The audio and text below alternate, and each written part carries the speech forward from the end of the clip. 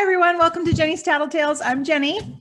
And I'm Andrea from Celtic Butterfly Publishing. And this is a podcast for Jenny's Tattletales. Yes, we have been talking an awful lot lately about Jenny's Tattletales and the authors that come on. And, we've been looking at message boards and those kinds of things and trying to, or hearing the complaints a lot about writing as a business and what are the things to do writing as a business.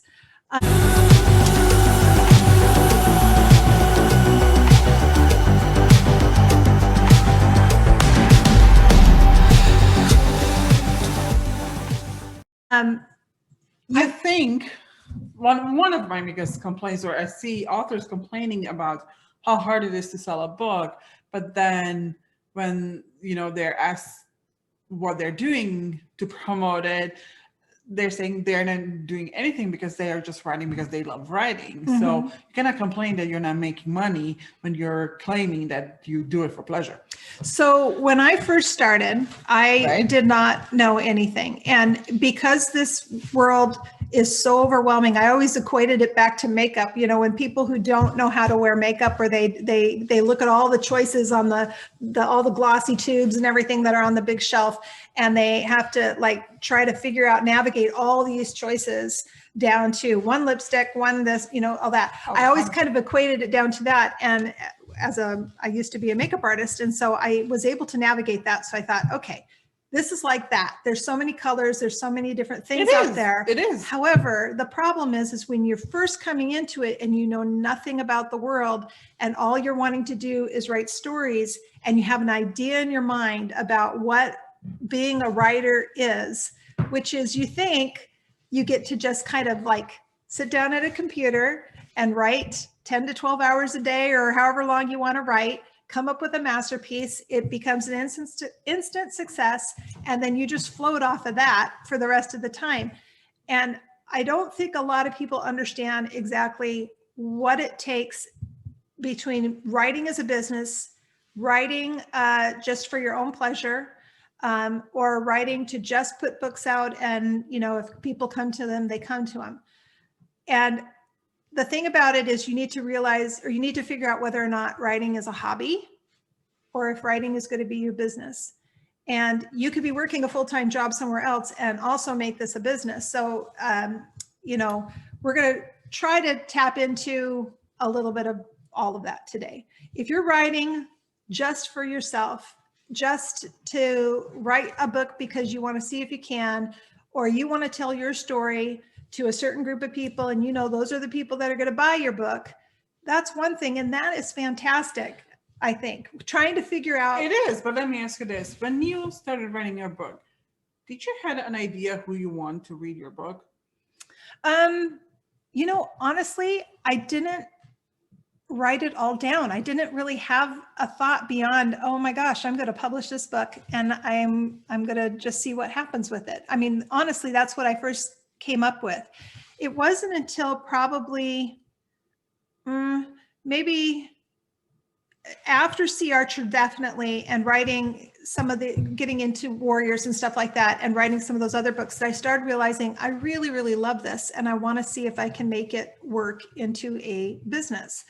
And so no, at the beginning, I really didn't want to. And so that's one thing I would probably suggest to you out there is make the decision about what you want this to look like, and then start creating a plan and fleshing that out. Because if you don't have a direction, right? If you don't know the direction you want to take it, then you're just muddling your way through, which is exactly what I did. So I do have kind of we're on this kind of other side where we're on a good path about writing as a business. Mm-hmm. And I did a lot of trial and error at the beginning. And I feel like I'm kind of just now starting to come out of it a lot with your help, by the way. There's still going to be a lot of trial and error because, one, I'm new to this industry, although what was it, 17, 18 years ago, I started in this industry. I walked away from it Yeah. like Yeah, a there's long a lot time back ago. then, And yeah. a lot of things changed. I mean, there was an internet. I mean, there was internet back then, but you know, it wasn't as big as it is now. It's Yeah. not as part of our daily life as it is now. It was just something there if you needed to look up information. Yeah. I mean, I don't even know if every company back then even had a website. I'm probably very few. Yeah, Probably very few. it's a whole different game, and just in publishing too. You know, you have audiobooks now too, which I don't. I mean, It's another whole world. yeah, Yeah. It's Every a- format is a whole nother yeah, world. it's a whole new world. So there's so much to learn. So there's going to be a lot of trial and error. Even when you're successful, there's going to be a lot of trials and errors because Yeah. there's no foolproof formula that will guarantee instant success Yeah. and millions of books sold. Yeah. There isn't. Unless you It have takes- some kind of inside track or something, but even then, I think you still even have nothing will guarantee that you will get the sales and you'll get the good reviews and people will like your work. You know, Yeah.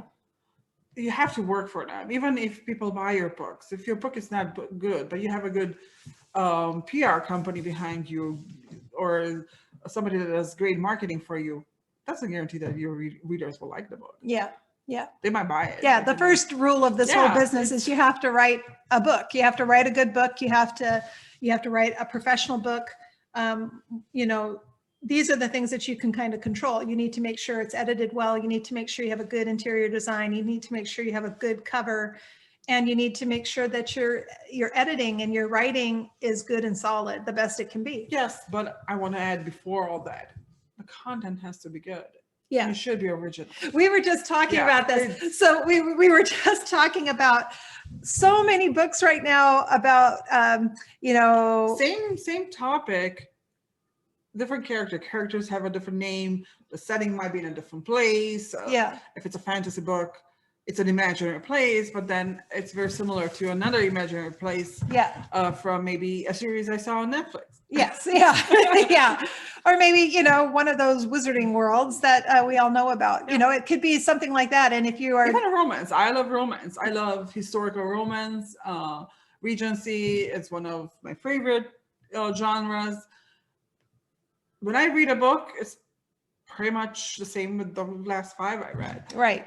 It's very rare when there's that one that, you know, it's different. Yeah. You know? Well, it's funny, you know, with J.K. Rowling, you had a whole bunch of people that wanted witches and warlocks and all of those kinds of things. With Outlander, oh my God, the time travel books came out. And, you know, so I think people see, oh my gosh, this person wrote this wonderful, amazing book. And now they, you know, they want to kind of ride on those coattails, or they want to, or maybe they feel like they could have told that story a little bit different or better. And so they're going to put out their version of it, and everyone's doing the same thing. So then you got a gazillion books that are the same exact kind of idea, which, you know, honestly, romance, that's the way that it is. It is the same book. It's just you know, tweaking a little bit. But It is, but you know, the heroine, I mean, I don't want to get into the fact that the 18th century or 19th century girl in the Regency books, it looks like a 21st century teenager. yes, right. Yeah, they don't look the same. They don't want, not even like physical appearance, but you know, the way they talk, the way they act. I mean, Yes. to me, that's, You need to do your research, and you need to do it so that you know. and they're fun, you know, some of them, they're fun, especially if, you know, the writing style is funny and whatever, but not all of them are like that. Yes. So then, you know, you end up, look, like I told you, you read a book at night because you just keep scrolling through it. Yeah. You know, you skim, you know, Yeah. you, instead of reading every page, you read maybe 2 pages in a chapter and then you're done with the Yeah, book in an hour. Right. Because, you know, if it's, yeah, and that's the quickest way for me to get out of a book too, is if you're supposed to be in some kind of, you know, 1700s and they're saying, you know, go figure, or they're saying it's Yeah. like terrible, you know, and you know, those kinds of, all of those things, you need to do your research and everything. I mean, So there I- were sassy heroine, don't get me wrong. There were sassy women back then, but I feel like the sassy women back then, they were so different than sassy nowadays. Yeah. And you could be sassy to a Yeah. point before you started having a lot of repercussions to that sassiness. And you don't see a lot of that. You see, you know, you see a lot of brave women that were sassy or something back then, but then they're also, you also almost need to show some of those consequences to being Exactly. like I that. don't think all the men were as accepting back then as they make them in a book You know, you have this woman that's very powerful personality, very sassy. She's gonna kick everybody's butt, and then she marries this guy that she hated, and then finally getting along, and he's just gonna let her do whatever she wants. Yes. No. Yeah, that probably wouldn't have happened back then. Maybe in some instances, but maybe not in most instances.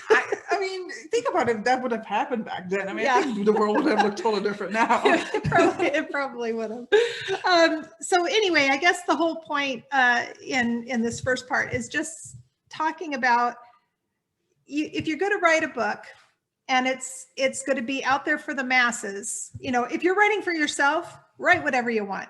If you're writing for your family, write whatever you want. Do a blog, or write a book, because, you know, anybody can have a book, but, you know, you shouldn't. I mean, we're in a lot of groups for authors, for publishers, and people are complaining about the things they're writing in front of them, and they're not taking any actions. They're not doing anything about. Yeah, but that's when you're writing for a business. So if you are writing for yourself, write whatever you want, publish your book, do your thing, make it for yourself, make it for your family, and do it and own it. And that's wonderful. There's nothing wrong with that at all. It's recognizing when you want to do that versus writing as a business. Now, if you want to go into writing as a business, well, then that's what we're talking about, some of these other things in regard to, you know, thinking about what kind of genre you want to write. If you're going to write something that is going to be mainstream, like witches and warlocks and all of those things. I mean, that's very popular genre. And I feel like people's tastes change. You know, you have this author, J.K. Rowling, that, you know, I don't know if she was the first, but she was the most well-known author that wrote this genre. And then everybody else after her started writing the same. Right. So similar. You want to make sure that what you're doing is writing something that is fresh, a fresh take on an old theme, you know, so make sure that your writing is, that story is a good story. And then getting all of the professional elements of it down, things that you can control, things like, you know, like I said before, covers and editors and those kinds of things, getting that stuff, making the best book that you can. That's first, because if you're going to make this a business, the book has to be there to make the business around. So the other part of this is, I think a lot of, before we get into some of this other stuff, people I think will say, I just can't, I either have, what's the word when you, see, I'm blanking on it, when you can't think, when you're like sitting there and you're writing. Writer's block? Writer's block, thank you. Just had one. I just had a writer's block. Yeah. So I have writer's block. I can't get my word count in. I can't, you know, blah, blah, blah, blah, blah. The other part of writing the book is creating realistic goals for yourself. And this is something I really, really, really struggle with, because I will write frantically for, you know, 4 or 6 weeks. And then I have a year of not writing at all, because I just, you know, I'm promoting or I'm doing all these other things. And this has been the biggest problem I have had in terms of getting material out there, books out there and all that stuff, is finding my time to write. And one thing that I have just recently done, because I am kind of new to this whole thing as well, is creating a realistic word count. And not just saying, I'm going to write 2,000 words every single day. Okay, well, are you going to write them on the weekends? Are you going to write them on Thanksgiving? Are you going to write them at Christmas time? If you're Nora Roberts, the answer is yes, from what I understand. She writes 8 hours every day. But I guess my point is, try to pick out these days that are going to be writing days. Decide what that word count is. It doesn't have to be 2,000 every day. It could be 1,000. I want to get 1,000. I want to get 500 words in. I want to do something on my lunch break, whatever. But you're making time and you're fulfilling that time. And then once you've fulfilled that time and you've gotten those words down, then go into all of these other things we're going to be talking about. Get your word count in, get your book written, because that is the most important thing when you're building a business around books. Okay. So I guess, you know, yes, you need to put it in a calendar, but it can work around everything else you have going on in your life. So you can still spend time with your family. You can still spend time with your husband, your spouse, or do the things you like to do. Like we had authors on your podcast, and they have different styles, different lives. You know, they're from all over the world. Some of them write at like they wake up at 4 or 5 in the morning, and they're writing until 7 o'clock when everybody else wakes up before the kids go to school, and then they're doing whatever they're doing in the day, or they have jobs, and then they come home, feed the kids, the family, Yeah. do all that stuff, and they go back to writing. Or Yeah. some of them have jobs and then they're writing in their lunch break. Yeah. You know, but Yeah. they're consistent. Yeah, and that's my point, is come up with whatever your little word count is. And I always make it, I'm just now Be recently. realistic. I say have realistic goals. Yeah, and what I guess my point is that I'm trying to get across is that if you're going to, if you have your word count, have it low enough where you can. Well, have it doable, but where it's doable. But you can easily, like, don't say you're going to write 3,000 words a day when you only have an hour to write. I don't think you can write that much. No, that's what I'm saying. So if you have like if you want to say, I want to write 500 words today, let's just say that's your goal. Okay. At least 500 words I'm going to get down. And then, after you get those 500 words, now you could write, if you write on your lunch break, or you write here, you write here, you write here, then you can add to that. It doesn't have to be, okay, 500, now I'm not going to write any, but make it a realistic number that you can get it down every single day. Something, whatever that count is for you. And then after you get your book and you have all of that, then we want to talk about some of these other kinds of things that we're talking about. Yeah, and then I just want to add them when they're planning, make sure they put on a calendar all these other events that they have coming up in their family and work, travel, whatever else. All those things need to be on a calendar, because you need to figure out when is the time you can write. Because a lot of times people, maybe they use a month ahead or 2 months ahead. We took a 12-month calendar and we sat down in the beginning of the year and we planned out. Yeah. And at the end of the year, we'll know whether or not that worked. Well, it should work. It should work. But you need to be consistent. You need to stick to it, 'cause just planning enough is you not do. allowed. And that's what I'm talking about in regard to like looking at things and not saying, okay, I'm going to write 2,000 words every single day. This day I might write 500. This day I might write 2,000, because nobody's in my house and nobody's going to, like, my husband goes away. That's the day that I know that, or if he's on a trip or something, that's the day that I know I'm going to be able to write a lot of words. Okay. So moving on from that though, the other things that, what we get from the complaints that you get from people are just this mass confusion because you don't know where to start. And again, I started here, so I understand what this feels like, but you hear these words like social media platform. You need 10,000 followers. You need, how am I going to get the opportunities? How am I going to get the reviews? How do you publish a book? How do you do all of these things? And educating yourself on these things takes a long time to do, because there is so much information out there that it's really overwhelming. And some of it's good and some of it's bad. And it's kind of hard. So I guess when you are just now, as you're writing your book, you want to start establishing your platform. And you hear these words a lot. And I don't think you need to do it all. I think that you need to start out simple. I think you need to start off with a website.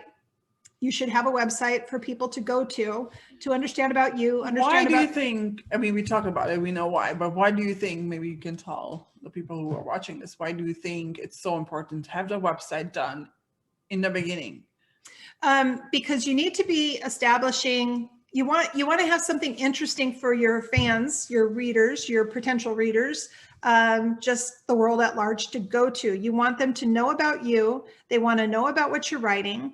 They want you to provide them something entertaining. And that's overwhelming. That sounds daunting, but it doesn't have to be like a big, huge thing. Maybe it's just something that people go to. Maybe you're into your cats, or you go boating, or you have some service. Maybe you're a photographer and you have some service that people can go to your website and they can kind of learn something or get about you. Well, they can learn about your personality by looking at what other things you're doing. So with when it comes to the websites, I think if you have something for people to come to that they can rely on, that is going to be there, some information that they can learn something from, or that they can get enjoyment out of, or something. So I think websites are important, number one. I also think websites are important because that they're going to be the only platform you own. Social media is owned by other people. Yeah. And we see people getting blocked, booted, put in jail, Facebook jail. Yes, that's true. And there's so many rules, like, Facebook, it changed so much from where it was 3, 4, or 5 years ago. There's so many things you cannot say, or you need to watch what you're saying. And more recently, they kind of banned anything political, anything that has to do with like the pandemic. They're putting disclaimers before they even, I share a lot with my sister because the industry she's in, and every time I see something, I send it to her and ask her, hey, have you seen it? Every time I do that, there's a pop-up or something comes up on the screen that Facebook warns me that this is related to COVID. Yeah. And it asks me if I'm sure I want to share it. Yeah. Yeah. Because, there's so much misinformation, so many false information, people abusing, these platforms. I think not just websites, but I also think newsletters. Both of those are two that you own. And, you bring up a very good point. So here's the thing about all of those controversial topics and stuff like that. You are going to immediately lose half an audience if you choose to take a side on those hot button topics. I make it a policy that I don't discuss politics or anything controversial on my website or on any of my platforms and stuff like that.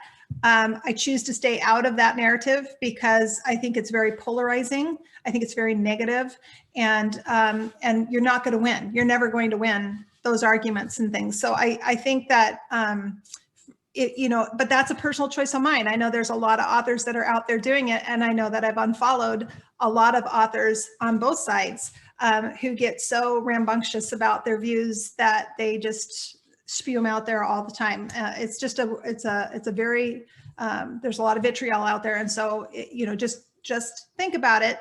It's completely up to you whether or not you want to go there. But I think you're absolutely right. Your website, your newsletter, both of those things are things that you own. The rest of it, if you say something that somebody doesn't like on either side,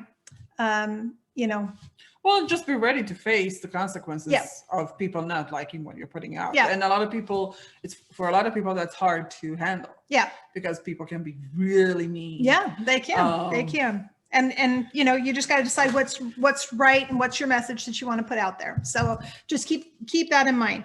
I think website is the most important one. Newsletter is also very, very important.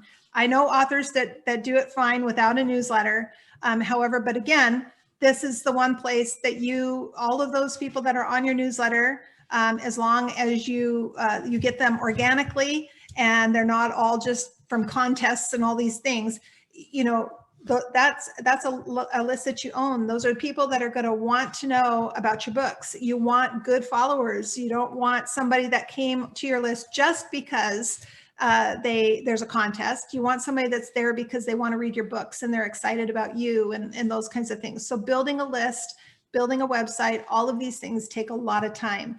And so you want to start it early. You want to start those things early. As early as possible. Yeah. I was talking to another author in one of the groups. They had a question. I responded, and they were asking, how do they start building their list?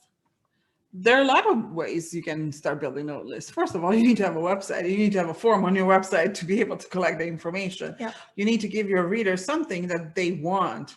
Yeah. Could be free content, could be access to you or to your work in progress. If I know some authors do that, some authors they're not comfortable doing that, but anything that that they want to, that they're responding to. That's why I ask you, do you know who you wanted to read your book? Yeah. When you started writing, because that's very important to kind of figure out. Yeah, this was something interesting that Andrea did so Andrea's been with me now for it's about 6-7 months. We're more like 8-9 now. Is it 8-9 months? Okay. Anyway, but when she first came on, she says, we need to understand who your reader is, who's reading your book. And we actually created a person. I forgot what her name was, but Adrian. Her name was Adrian. Yeah. So we created a complete person who is the person that will probably pick up my book and read it. I already knew who she is, where she's working, where she's living, if she has kids, what she likes to eat, what she likes to do, where she's shopping, or where she's spending her time, where she goes on vacation, where she's working. Just everything. Yeah. It was everything. And it was really helpful, and actually I think because we're going to try to do this one as more of a basic kind of podcast today. Maybe we should do another one that's once you're past all of this, learning these first initial things, then we go on to more advanced one, because I really do think that was really helpful. So having an idea of who your reader is important for your website and your newsletter, because that's the people that you're now talking to. Those are the people. And you need to speak their language. And then if you're writing multiple genres, which we know a lot of authors do, the reader that's going to be your romance book is going to be different than the reader that's reading your fantasy book. It's going to be different than your reader that's reading the YA book or whatever else you're writing. So you need to speak their language. Yeah. And yes, you're going to have the newsletter and you're going to send out emails to everybody, but you need to understand that your YA reader might not look at your newsletter about your romance book. Yeah, exactly. Yeah. And then I guess, so after the website and the newsletter, I really think that there's kind of a hierarchy of social media. I think you have the big catch-all Facebook, you have Twitter, and you have Instagram. And to me, those are the big three. And then you have Goodreads and BookBub, which are really conducive to your new job. You're writing as this business. This is your business. Goodreads and BookBub are parts of that. And then I think there's like a whole other part of it that goes into kind of technology that you might not be used to. And I don't want to scare you into all that. This is more of the advanced stuff that I was talking about. So like YouTube and podcasts and those kinds of things. And then there's kind of what I consider like supporting social media, which is like Pinterest and LinkedIn and, those kinds of things. So I look at this from a different perspective. She's more of a marketer, so you might. So I look at it from a marketing point. Yeah. YouTube is owned by Google. Yeah. Google is the biggest search engine. There are other search engines, but Google is the biggest search engine. So to me, it would make more sense to have content on YouTube first before your social media. Because whenever we put out the podcast episodes, when you search Jenny Hackman, you search a certain topic, Google will always show the new content. The videos that we put out on YouTube, they're shown almost instantly in searches. Oh, I see. Okay. Well, okay. So here's then Pinterest it's not a search engine, but you find a lot of information. Their algorithm is very good. Google will also include any content you have on Pinterest that is attached with your name that has the keywords you want to. Is Pinterest owned by Google as well? No. Okay. Okay. Well, here's my point to that. But though. What I'm trying to say, it's all these big platforms that you can find information. This is where you need to make sure that you're there. Not just Facebook and Instagram and Twitter. Those are great. And those are actually going to show up before your content on your website shows up. Just because that's how the algorithm works. Now, if your website has a bunch of content, when you're starting out, it takes about a couple of weeks for Google to just index your blog or your website and say, hey, it's there. Yeah. Now you have to continuously add content and do targeted content using keywords that you want to rank under. Like if somebody's searching fantasy books, then you want to make sure that you're using the right words in your content, that when somebody's searching for fantasy books, your website will show up. And you want your website to show up on the first page of Google searches, because let's face it, nobody's going to look 3, 4, 5 pages down for results. So, I mean, that's a whole new world, but that's how it is. So yes, YouTube, Pinterest, Medium, and there's a bunch of other places where you want to make sure that any content like this this podcast, we're doing Zoom to record it, where we used to create a content first and try to record afterwards. We're recording first and then we're using this content in several platforms because it's just easier to do it. And that's why we're focusing on putting out on YouTube first and the podcast, because those will show up Those will show up first.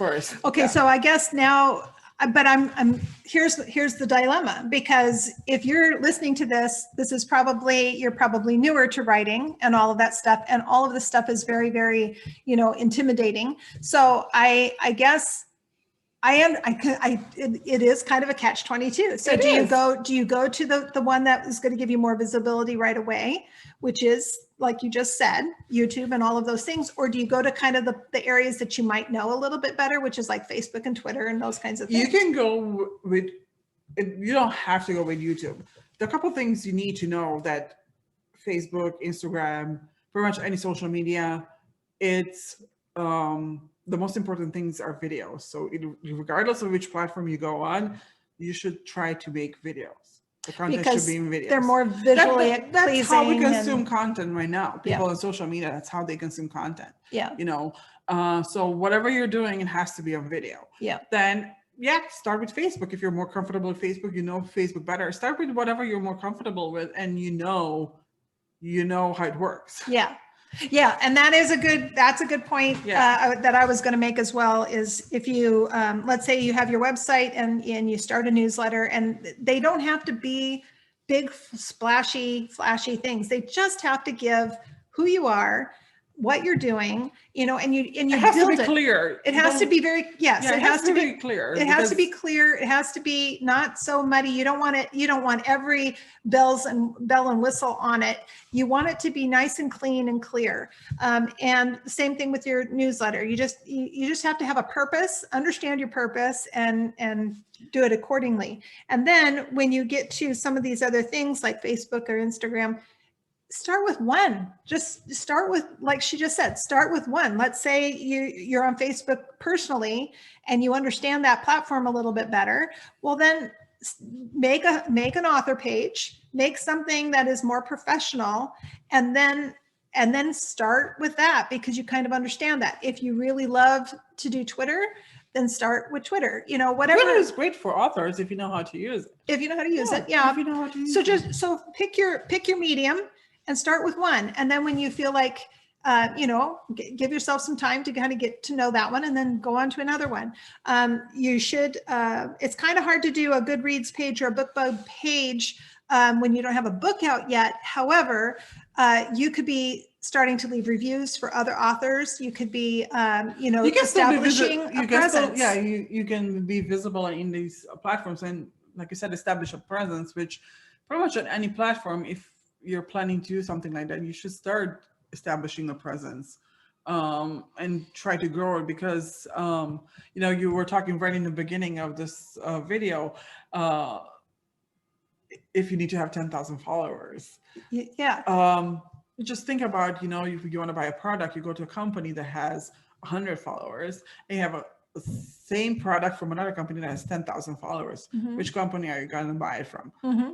Yeah. Or they have 10,000 reviews and this one has 100 reviews, but it's the same product sold by two different people. Which one are you going to buy it from? Well, and at conferences, I would hear that number all the time, 10,000, because when you are trying to become traditionally published, which is going out and getting a publisher and doing all of those things, you hear these horror stories that they're not even going to look at you unless you have 10,000 followers. No, because they don't, it's just the way the game is played right now. Well, but it's also not true, is my point to that. Yes. The big five, that might be, you got Random House and you got Penguin and you got all of those, the Simon & Schuster, the big five, those ones, you're going to need probably a few more followers to get into, unless you have got this amazing book that's just going to transform the world. You're going to have to probably need that. To get into a small press publisher or any of those kinds of things, they just they're looking at the book, and they're looking at your willingness to kind of help sell your book. That's how they make money, and they need to know that they're going to be able to sell whatever they're putting into getting your book out there. Because exactly. There's a lot of resources that they have to put into getting your book out there, and you might get a part of the profits, but they're putting up all the money up front. They need to be able to get the money back. So it totally makes sense. The other thing with social media and all of that stuff is starting to make connections with other authors that write in your genre, and possibly starting to collaborate with them, having events together, maybe writing, as you're writing your big novel, maybe do a short story and put it in with a collection or an anthology or something like that, where you're making connections with other authors. Because believe it or not, this industry has got some of the most amazing people in it, and authors do support other authors. And if you're making connections with people in your genre, that's a whole list of readers that love to read that genre. And so you're going to be like, if you're a fantasy writer, you're probably not going to want to go to a political thriller author, and even if they have a huge list. Yeah, if they have a huge, because political thrillers readers probably aren't going to read your fantasy book. Maybe they will. Maybe they're multi-genre readers. I think that every reader reads multiple genres, but there's one or two that they will prefer before anything else. Yeah. And they're going to read more of that. It goes back to that person that you're trying to sell to, or the person that is your reader, right? So you're not probably going to be, if you're a romance writer, you're probably not going to be, selling to an analytical, 80-year-old man. Or somebody that's writing poetry. Yeah, same exact thing. So you're trying to make these connections with people that are kind of in your genre, in your space, because then you have these cross readers. Yeah, and then even in fantasy, I mean, they're, the readers that love the witches and the werewolves, and they're readers that love vampires. They don't necessarily love the same, ones that love vampires. Don't necessarily love the witches. Yeah. So, those vampires and those werewolves, they do have a little bit of a thing. So, so that's kind of my thing on the whole social media platform. Another thing that we have read, or a big complaint, is about not getting opportunities. So let's say you have now written a book, and you've put it out there, and you're trying to find ways to get your voice, your book, you sold some, but you want more. You want more. Yeah. So now you're trying to make, you've done a tour, a book tour, to launch a book or something, and you hear about people not getting the opportunities. Well, so this is something that actually just happened today.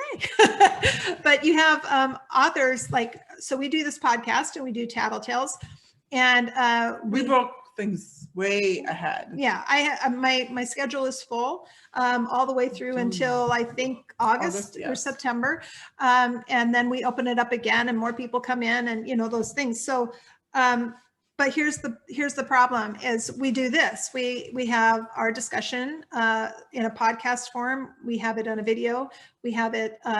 This is that whole cross content she's talking about. We have it as in a reading format on the Tattletales page, and it's not the same. They're different things on each one of them. There's something different. I mean, we start with the interview, but then on your blog, we have different questions. We might do a character interview on your blog when we do an author interview. Exactly. But the problem with this is that people need to show up to do it. And so, and we don't have this happen very often, but it does happen more often with not just this, but with other things where people just don't show up.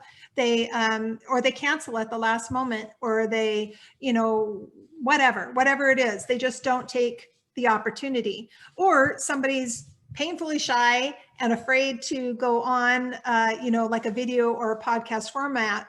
And so they choose not to do that. And then they've just lost one medium or one way of getting themselves out there to people. Now, I'm going to tell you, I am the very first person that I'm an introvert. I'm quiet in my daily life. Andrea came on and she's like, oh, you need to start a podcast. I'm like, oh, hell no, I'm not going to start a podcast. I'm not doing any of that stuff.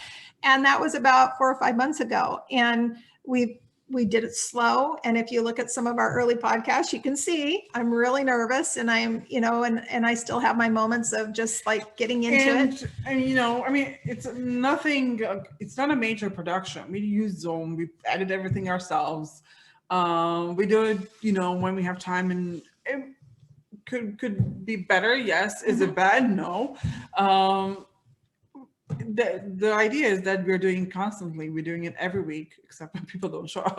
Yeah, which just happened today, by the way. Just So, happened today. and my point to this whole thing is, you don't have to be running a podcast if you don't want to run a podcast. No. But take advantage of the medium if you have that opportunity. So like the person that didn't show up today, she said, can we reschedule next week? And the answer is no, because we already have people scheduled for next week. So now she's lost an opportunity to, because we give all of our the content that we produced from this, we give that to the writer as well. And then they get to use video, the video that she just said. If you search on Google, you're going to find a lot easier. You have somebody else doing the work for you, and you're promoting you're not showing up, you're not sharing their work when it's about your work. It's not about their work. Yeah, you're not responding to comments. A lot of times, we share it with your readers and your network, and people are commenting on things. The author is nowhere there to share, or even just the interviews. I mean, we actually had to say something in one of the interviews for authors to start showing their book. Yeah, this was another thing I was going to talk about here in a minute. So my whole point to this is, if you have the opportunity to try something new and you're shy and you're introverted and you're whatever, just give it a go and see what happens. I mean, believe me, most people aren't out there to make you look silly. So, I mean, and I certainly know that for my thing, because I am very aware, I'm a shy person. I'm very aware of doing this and putting yourself out there. And so when you come onto, especially my page, what I do is we have a talk, we have a conversation for, a few minutes beforehand, and we get comfortable with one another, and then we start talking. Now that might not be the same for everybody, but that is, you need to put yourself out there and to at least try it. And we had authors like that. Yeah. That they were so resisting of doing the interview, and we told them, you know what, it's fine. If you don't want to do it, it's fine. If you want to do it, it's fine too. If you're not sure, let's just do it and see how you feel. Yeah. And then it ended up being one of the most visualized. That one episodes. Was so popular. Yeah. She did not want to do it at all. She wound up having a great time. And, the other thing I'm going to just put out, and this might be a little bit more advanced, but when you do something like this, make sure you have good lighting on your face. Make sure that you have all your stuff turned off so you don't hear chimes and beeps and everything going off. Make sure you have a copy of your book and hold it up. And this is what she was talking about before. We were kind of looking at, this is your opportunity to shine, I guess is my point. This is your time. This is like a big commercial for you and your book.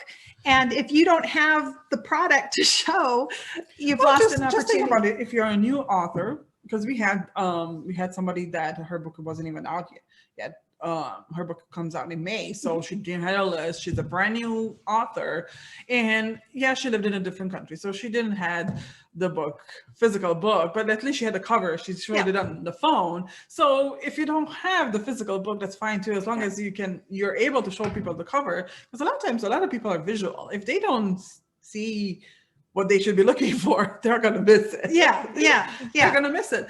So you need to be ready for every opportunity. You need to be ready to promote yourself as an author. And just think about like that author that had no list. You have about 1,000 people on your list. So not a lot, but enough.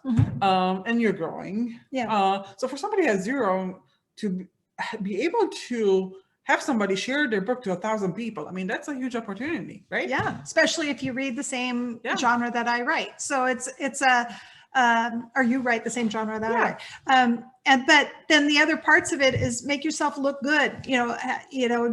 Do your hair, and you don't have to put on makeup or anything, but make sure that you're not wearing your sweats, and maybe have a light. Yourself seriously. Yeah, I mean, you could show up in character too. Yeah, we've had that too.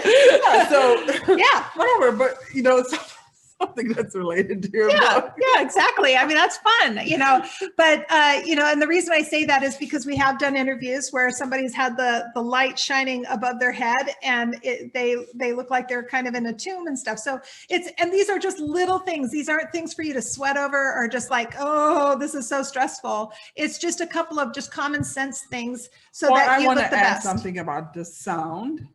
which is make sure that there are no outside noises, like Yeah. your doors are shut, your windows are The shut. birds aren't outside chirping, and those kinds of things. So Or- just basic yeah. little things. And these, again, this might be something we go more into detail in an advanced thing, but the whole point of this part is show up, put yourself out there, try some new things, especially if you're doing a format that you don't do yourself, like video or audio.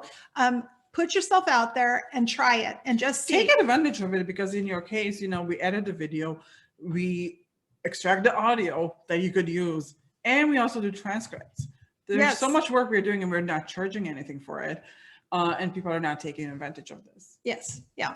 And it also is a way to establish connections with other authors and stuff. So being consistent, being reliable, being trustworthy. Those are the messages that you really want to put out there when you're doing these I would say also act like a grown-up, like a responsible person. Because to me, it's very responsible when you do things like that.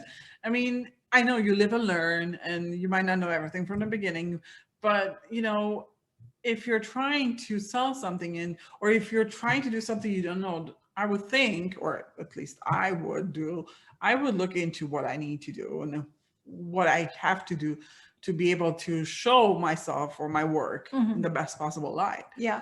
And, not miss Now, opportunity. you also come from a marketing background, so you look at things a little bit maybe differently than somebody coming in that has had no experience with that whatsoever. And that's why, sometimes you need to understand and learn when you need to bring somebody else in that might know a little bit more about what they're doing and that kind of thing, where that can advise you a little bit. When you're starting out brand new like this, trying to do this research on your own, she's correct. You need to figure out what the basics are, just the basics, and do the basics well. I think. And there's a lot of information on this. We're going to start putting out more information on this on the Celtic Butterfly Publishing website too, and probably on yours too. There's a lot of groups on social media, Facebook and other platforms, where people talk about these things. Join those groups. Find the ones that are good ones. Try to people that seem to know what they're doing, that maybe have had a lot of experience in those kinds of things. Try, it is really difficult because there is so much information out there. Here's one thing that I learned from the marketing side when, I was learning internet marketing, and I didn't know much about it in the beginning either, but I saw people that were very successful with it, and I started following them, and I started looking at what they're doing and trying to do what they're doing. Now, don't compare yourself with somebody that was in the industry for 20 years. Yeah.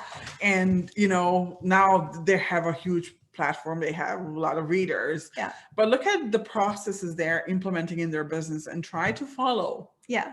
Be consistent, put out content, show up. Yeah. Be visible. Those are things that everybody can do. Yeah.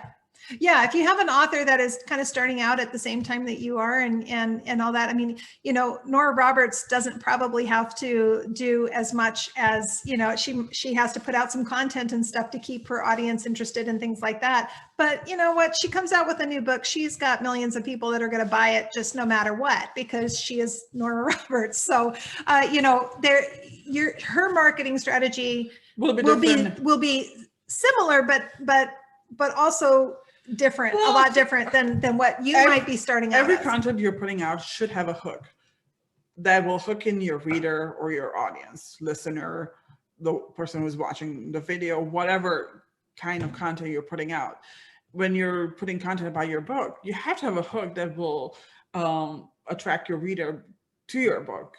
And I don't know, an example saying, here's my next book, nobody's going to be so excited. But if you say something like or you're asking a question, if they're liking something that you have in the book, then you have a better chance of hooking that reader into checking out your book instead of like buying my next book on fantasy. Here's some other things that I think there's some really big frustrations that happen, because you think that if you follow a certain line of doing things, you're going to have success. Okay. And everybody's journey or path is different. So my journey is different from this person's journey, which is different from this person's journey. Everybody has their own reader and their own way of hooking people and all of these things. I think that's why it's so confusing, because there is no real super straight formula, very linear. It's more of a, this kind of a formula, roundabout formula. But, establishing some of these things and then making them your own is how you kind of do it, I guess, maybe. Well, you look at what other people are doing, but then you need to figure out if it works for you, first of all, because it might not work. Yeah. Some people are really good at social media, and you hate social media. Yeah. Or not the best strategy. Yeah. So you need to find a different format or a different medium of putting out your content and connecting with readers than social media. Yeah. And there's these other platforms, you could, it might take a little bit longer to use, your blog and put out content and wait for Google to pick it up. Yeah. Google's not pick it up just because you put it out there. Your content has to be strategic. Mm-hmm. You have to use keywords, but you also have to share your content. Yeah. And then there are so many places where you can share it, not just social media. Places like, LinkedIn is kind of a social media. And I don't know how authors view it, although I see more and more authors on it. I actually do see a lot of authors. Really? I have access to your LinkedIn, and every week you get at least 60 or 70 people asking to connect with you, and a lot of them are authors. Wow. So I know they're there. Yeah, good. That's great. But you have places like Medium, Reddit, Dig, and a bunch of similar platforms where people can share resources. It's free to join, doesn't cost you anything, and there are millions of readers on it. You should share your content in those places. And this is where that comes to that whole idea of finding one of those platforms or a few of those platforms and making them your own. You don't have to do it all. You just need to start somewhere and just kind of make it your own. The other thing I wanted to say here is that I do hear a lot of complaints about things like, I can't get anybody to respond. You put out something and it's like crickets out there. You do a contest, you do a book launch, you do whatever, and no one shows up. And it is incredibly frustrating, because you've put so much time and energy and effort into these things. And the only thing I can say to this is, because I've certainly had that too, is this is where those collaborations come in. When somebody else is doing something, show up. Leave reviews, support other people, because it is really, really tough out there. You cannot expect somebody to support you when you're not connecting with them, you're not interacting with them, you're not supporting them. Yeah. And do it not in just reviews are something, if you're just starting out, reviews is something that you're going to find is a big, huge deal. And it's something we've talked about so many times here on this podcast. And I don't say it just for myself, although I love to say it for myself, but it's for your other author. If you have a favorite author, if you have somebody that you really enjoy reading and you want to see more of, and all of those things, leave them a review. And not just for authors, leave it for products, leave it for services, leave reviews. Reviews are so important, because you need to think about the way that you purchase things. And this is the best way that I can explain it to you. That's how it is. If you purchase something and you have a choice, something's the same price, and you have a choice between somebody that has 100 reviews or 5,000 reviews or one review, who are you going to choose? Where are you going to go? And they're all, let's say they're all 5 stars, but which one are you going to go to? I can say it for myself. I always go to the one that has the higher rating. If it's all the same price, that person has established their business. And so my point to it is, authors, reviews are their bread and butter. Reviews in the right places are wonderful. Goodreads, BookBub, Amazon websites. Those are great places to leave reviews. Also your website. Why don't you use your blog? That's a piece of content you can create without promoting all the time something. You're just talking about how you enjoyed this book, or maybe you didn't enjoy, but hopefully you did enjoy. Yeah. Yeah, and leaving reviews that are good, honest reviews. What you think and feel in your heart about it. So I mean, it's obviously every author wants a good review, but at the same time, establishing yourself as somebody that is going to be there in your corner. Well, in your corner, somebody that is seen as a trustworthy person, Yeah. because you want people to trust you, trust your opinion, trust what you're doing. Yeah.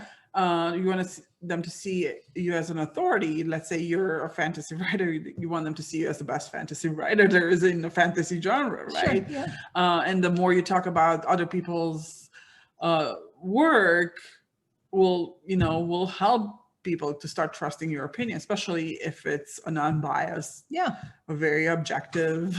Yeah. And you're also connecting with other readers in the genre that you're writing. So, I mean, there is a method to the madness. There really is, honestly, it's like somebody saying, which child do you love the most? It's not that. There is a capacity to love a lot of different people. So readers don't just because they buy one book from this author, that doesn't mean they're taking away from you as an author. Readers are readers. They're going to come to you. They're going to look at all the big authors. Look at the Nora Roberts. Look at the Brenda Novak. Look at the Debbie Macomber, Sandra Brown, whoever. They're all supporting other authors. Yeah, they're all supporting other authors. Yeah. And that's what you should do when you're just starting out, or at any stage of your writing. Yeah, honestly, it's not just starting out. It's at any stage. Matter of fact, the bigger you become, the more coveted that review comes from you. Is, yeah. So, I mean, it's if Nora Roberts wrote a review about my book, I would be so incredibly ecstatic. Hopefully it would be a good one. And, it would be really, really great to have something like that. So the bigger you get, the more those reviews actually come to matter. I would add to that, I was just thinking about this because I get the BookBug newsletter and I get a lot of books for free there. A lot of authors, they sell their books for free, or they're free if you're a part of the Kindle Unlimited, which I have a subscription. If you're getting a book for free, just leave a review. Yeah. Because nobody wants to give away their book for free, but they know that that's how they get a lot more readers. Yeah. It's just, I cannot stress reviews enough in all services, but particularly as an author. And if you want them, give them, so you'll understand the importance of it a whole lot more. And I've had so many people especially in the last month, that have told me, I never really thought about it. I never really thought about that whole idea about it until I looked at myself as a consumer and how I buy things. So, it is. I would also add there that this is the law of attraction. The more you put out, the more you get. So, we know a lot of people are into this. Yeah. Okay. So so the opportunities, take advantage of those opportunities, the social media platforms, and then, writing that good book at the beginning. I don't know if this is the last thing, but this is my last thing on here you can talk about too. So the other complaint that I hear is that this is so expensive. And what do you put your money towards as opposed to something else? Everybody has their own budget. Not everybody has a, $100,000 budget like some of those big name authors. Some people barely have, they might even have $100 budget for a month for all the different items and stuff that are out there. And I guess you need to learn, again, what works best for you and what works best. The marketing dollars that work for Nora Roberts are maybe not necessarily what's going to be the best for you. So you want to get the most bang for your buck. If you're going to put yourself out there for a book tour, let's say at a launch time or whatever, make it a review tour. Make it somewhere where you've got two things going off at once. You got somebody that is writing a review. And just as a little footnote here, if you are doing a review tour, or you are, going to a review site and saying, hey, I would like you to do this review tour, understand that those review tours don't mean that you're going to automatically get a good review. It just means that you're paying for a service for them to leave a review. And so understand that you don't pay for good reviews. You don't pay for any of those. What you're paying for is for somebody to look at your book and put their opinion out there. So, keeping that in mind, but that's kind of a double bang there. You got a little bit of bang for your buck. You've got a review and you're also getting your book out there. Rather than conferences, take classes that are really pinpointed to what you want to learn.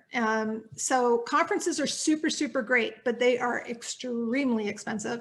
And depending on where they are and how big they are, the more expensive they are. So, the RWA conference, which changes location, but the last one that I went to before COVID was in New York. That's a plane ride. That's a hotel. That is the conference, which could be upwards of $500-$600, depending on where the conference alone is that. And then you got the hotel and you got these other things. Well, you need food. And if you're going there, I mean, why not take some marketing stuff to sell your book? So you need to add, more resources. All of those things are part of this. So, I mean, it's expensive to go to conferences, especially if you're going to a location. Find if you want to go to a conference, which I do believe are so beneficial. And, especially with all the COVID stuff, it's been hard to find them. They've all been online, which, might be a new way that they do them. Who knows? But going, if you can't afford the conference, or maybe finding a smaller conference, but if you can't afford the conference, maybe go into a class. You want to understand more about marketing. So you go in and you take something that's, let's say you want to learn more about Facebook and marketing. Okay, take that class, spend the money on that class and pinpoint it instead of having this broad spectrum of ideas that you come away with so many ideas, but it's very overwhelming. Go to this one idea and learn it. I agree with that. I would just add to that you should do your research. I mean, there are a lot of people teaching, for example, Facebook ads. You don't want somebody that's teaching Facebook ads that's an internet marketer, because it's a different style and technique of marketing for a physical product or something that you're solving a problem versus a fiction book, which is totally different kind of product. Yeah. And the one great thing about conferences that I do have to say is that usually they do have kind of a beginning, middle, and advanced, so like if they have a marketing class, that's one really great thing. And I did learn a lot about things through the conferences where you have your one-stop shopping kind of there, so one class might be teaching you how to log on to Facebook and teaching you the basics of Facebook. And the most advanced class might be talking about Facebook ads. So it's like, they're not that it's super advanced, but you know what I mean? Before you get to ads, you need to know how you create a professional presence, meaning your profile picture says exactly who you are. It's an image of you, not necessarily your book, because you are the person that you're promoting, not your book. Yes, you're promoting your books, but you're promoting yourself. So you shouldn't have animals or whatever else as a profile picture. You should have a cover photo that says what you're doing. If you're a fantasy author, then it should say that you're a fantasy author. You can spotlight books. I mean, Jenny's covers changes all the time. I don't know if she knows it, but they change all the time because and you can change it too, or you don't have to change it if it's too much work for you. Whatever works for you, but it should be something that looks professional.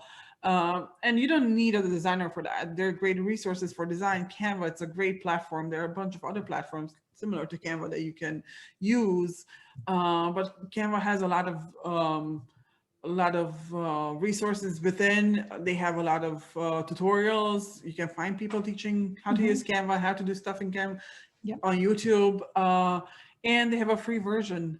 So you don't have to pay a lot of money. So when you're looking at finances and all these things that you're spending your money on, make sure you do your research and don't spend money on things you don't need Adobe Publisher or Adobe Illustrator if you don't know how to use it. Right, exactly. Like, you need to work your way out well, and a lot of these things, and you just dovetailed perfectly into my next thing, which is just invest in things that will further your effort, not just invest to invest because this person said to go and invest in it. A lot of times there is a free version of a lot of these different, like Canva, there's a free version of Canva. There's a free version of Elements. There's a free version, Elements. No, Elements, no. It's Okay. not free. It's a paid one. Free version of MailChimp. There's a free version of MailerLite. There's free versions of things. And granted, they might not have all the bells and whistles to them. But you might not need all the bells You and might whistles not. in the beginning, especially when You you're certainly starting don't it. need all the bells and whistles at the beginning. But to go with the things that will further your effort, when I say that, she was just talking about author photos. Now, because I've done the Tattletales page now for And I was going to talk to you about it. couple I years. think because you have done photography, I think that would be a great topic for your blog to teach authors how to take their own photos. I think I will do something about that because like I said, I've done Tattletales page now for a couple of years. And the thing that frustrates me more than anything else is getting photos that are not high res, that are not high quality.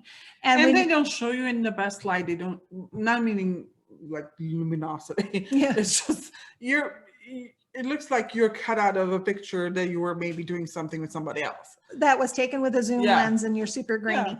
And these are super simple things to fix.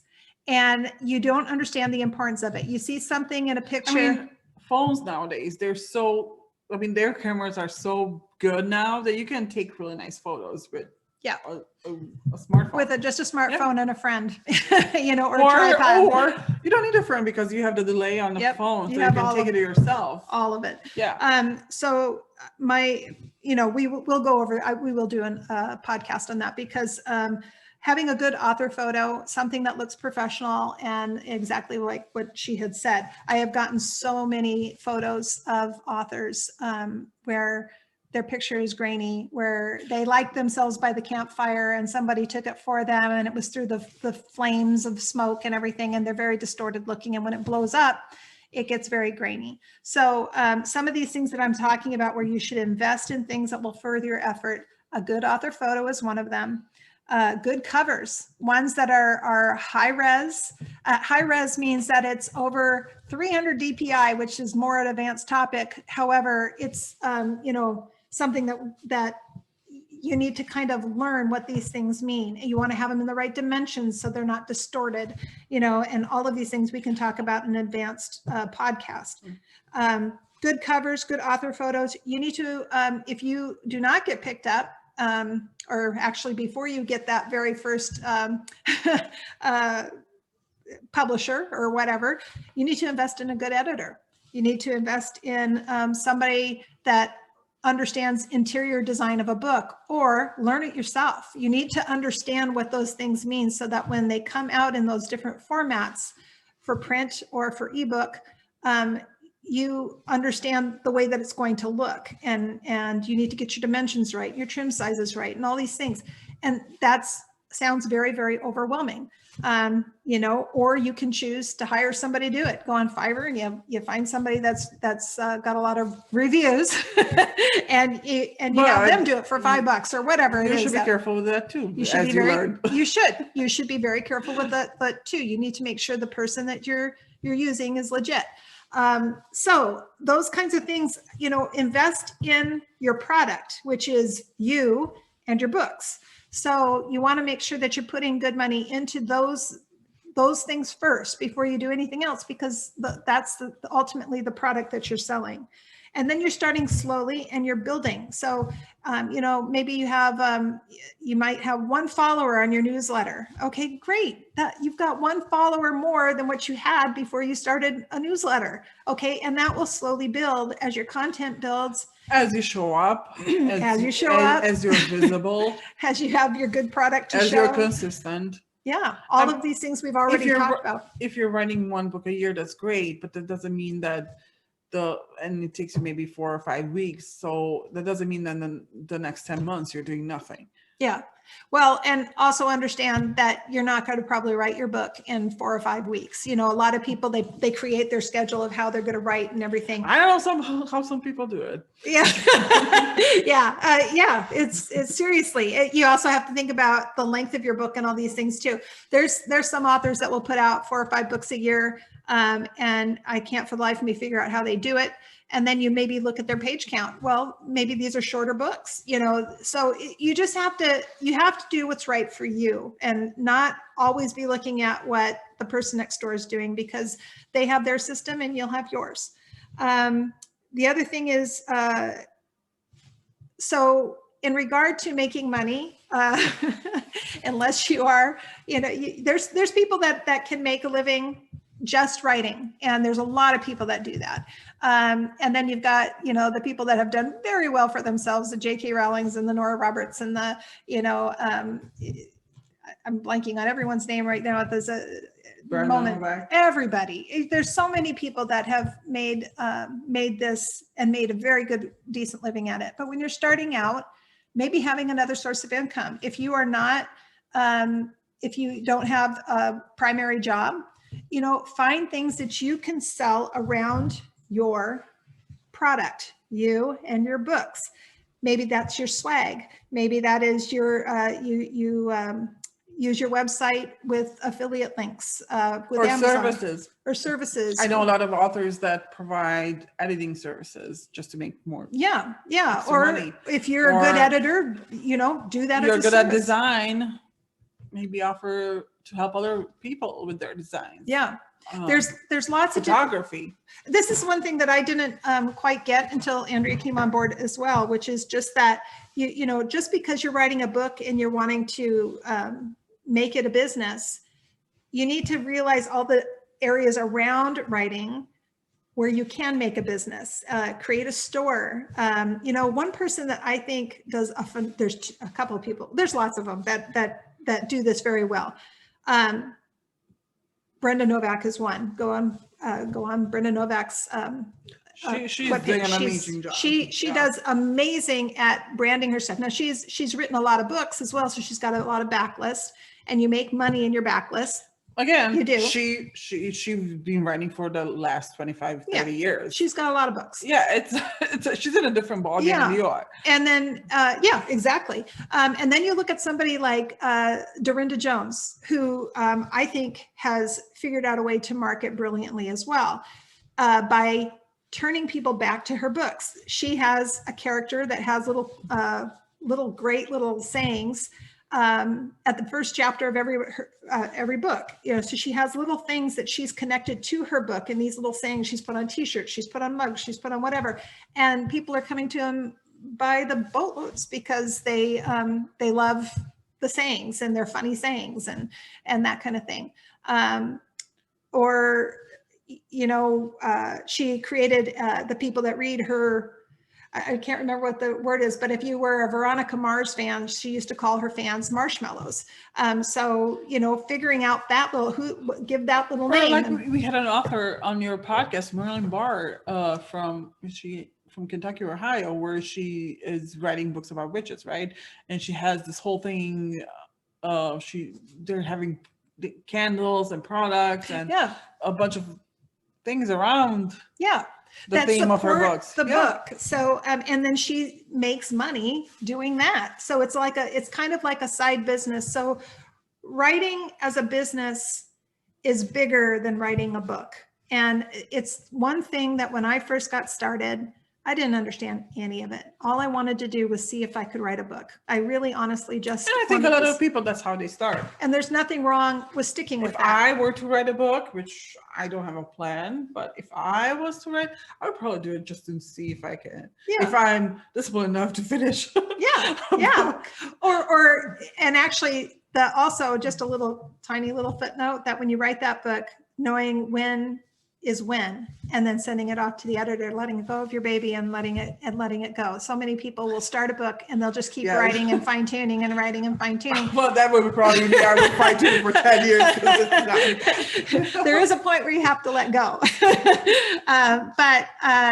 But it is something that I'm learning more and more about every single day, and I do not even pretend to be some kind of great expert on all of this stuff. This has really just been my experience in trial and error. Things that work for you that didn't work. Yeah.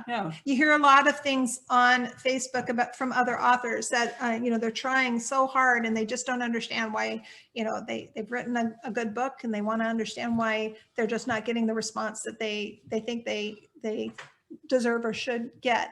And so I'm just I think you have to be intentional in everything you do. Everything you're putting out there has to have an intention, has to have a hook for your intended reader. You know, even when you put it on Amazon or whatever platform you're putting your book to sell, you need to know exactly where to position your book, because the competition is very steep. There are millions of books. You're competing with millions of authors, and a lot of big names, but also a lot of people just like you that are trying to make it. And if they're able to figure out what you can, then their book will show up before yours. So you have to be intentional with what you're doing. You have to, and you know, you're gonna go through trials and error. And if it doesn't work, then there's no sense in prolonging it. At the same time, you need to give time for things to work too. Because they're not gonna work overnight. Which I see a lot of people, you know, they try something, they do it for a week to a month, doesn't work, they move on. Sometimes you need to give it time. Content on social media, you need to give it time, you know, to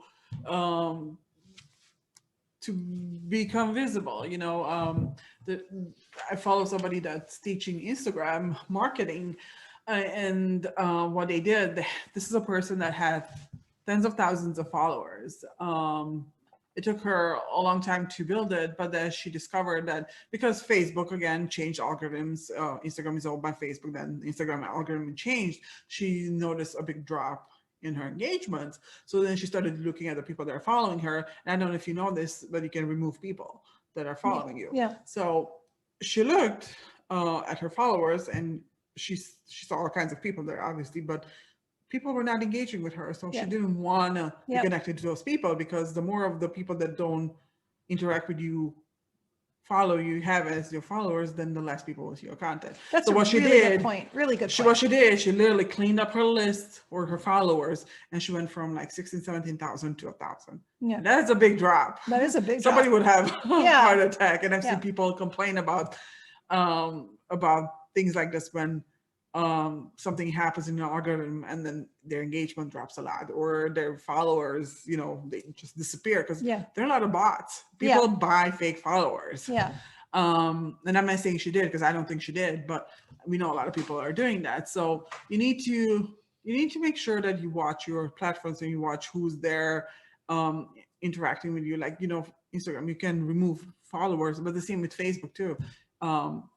If people don't interact with you, then you want that quality follower. You don't want to follow. I mean, it's nice. I mean, I'm sure everybody finds it very flattering when you have, you know, 10,000 followers. But if those followers aren't furthering your business and they're not, you know, helping you that way or interacting with you, then why are they there? And what's going on? So getting that one follower that is actually somebody that is a good, meaty follower that wants to be there, that wants to interact with you, and that's the follower that you want. So not a 10,000 that they don't care about what you're putting out. Which is really flattering when you sit there and you look, oh, I've got 10,000 followers. It is, but you don't really, because they're not true followers. Well, they might not see your content, or you. I mean, you know, you look at some of the big names; they have hundreds of thousands.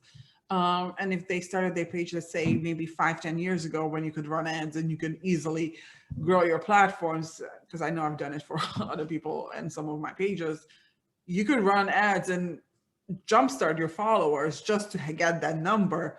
But that doesn't necessarily mean they're like quality followers. They could be followers from God knows what country. Right. Because, you know, if you're running ads, you know, the targeting was cheaper for the country that your country. You don't know.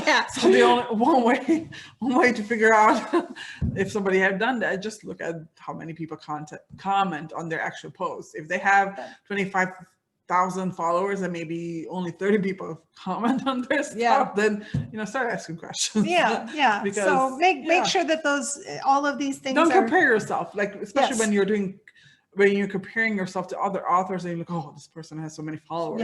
Look how many people are actually interacting with their content, because that's the true measurement of their success.